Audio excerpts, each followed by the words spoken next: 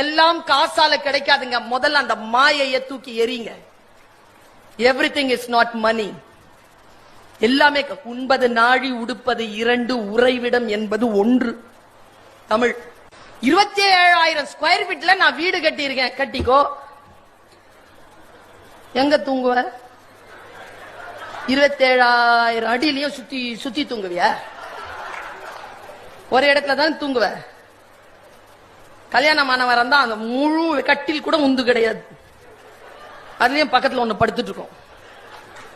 6 அடி தான். ஆமாவா இல்லையா?